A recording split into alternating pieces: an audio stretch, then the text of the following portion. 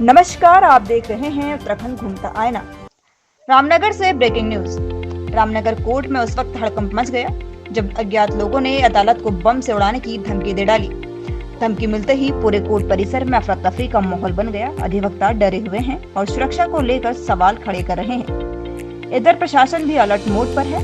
Court परिसर में भारी पुलिस बल, खुफिया टीमें और प्रशासनिक अधिकारी मौके पर मौजूद हैं। जानकारी के अनुसार जिला जज को एक संदेश मिला जिसमें कहा गया है कि रामनगर न्यायालय में RDX लगाकर बम धमाका किया जाएगा।